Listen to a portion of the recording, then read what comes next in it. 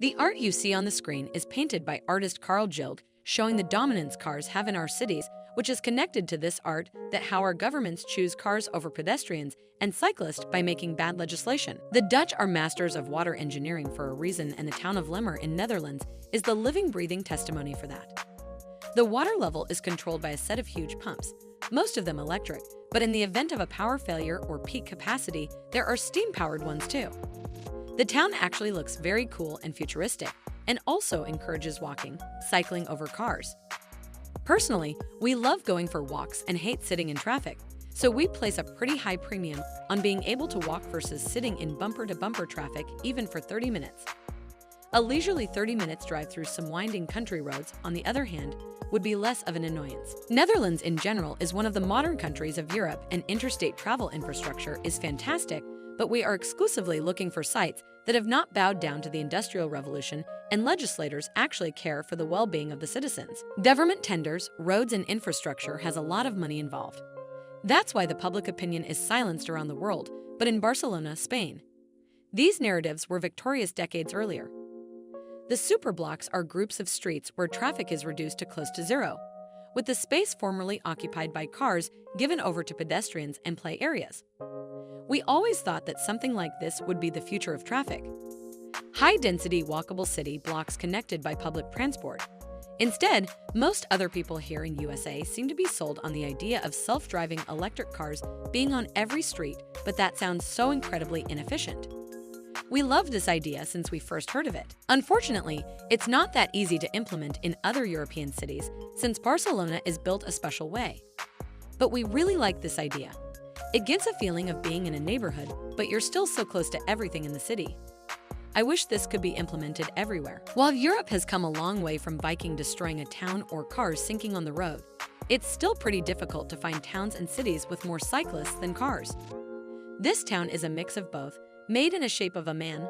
Centuripe in Italy is a sight to behold. Is that a sleeping giant? Is that a starfish in the mountains? If you look at this Italian town from above, it actually looks like a human figure.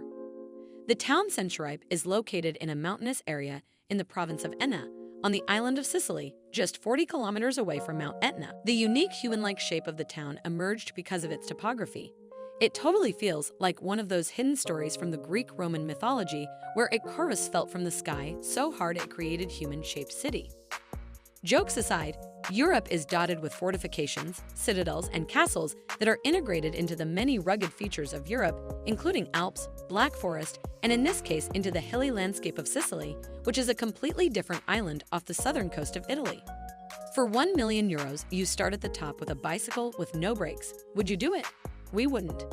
The fantastic view of the Lysefjord from the Preikstalen clifftop is known worldwide.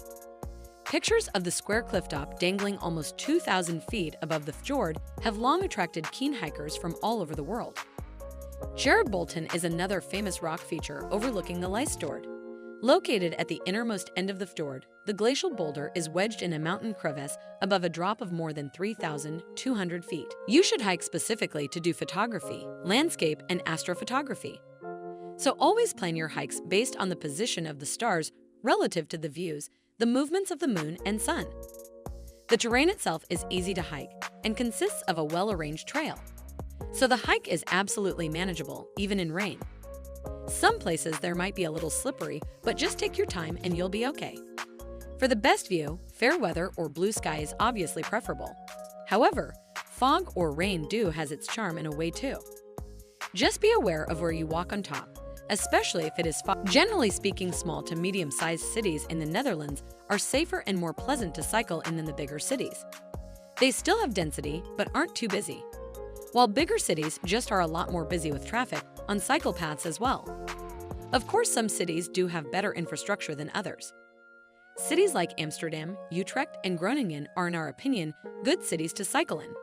But the most pleasant cycling experience in the Netherlands doesn't happen in the big cities. You have to pay more attention. It's less relaxing, higher chance of conflict. Generally speaking, you see less young children cycling by themselves in those environments as well. Please share your views about this video in the comment section.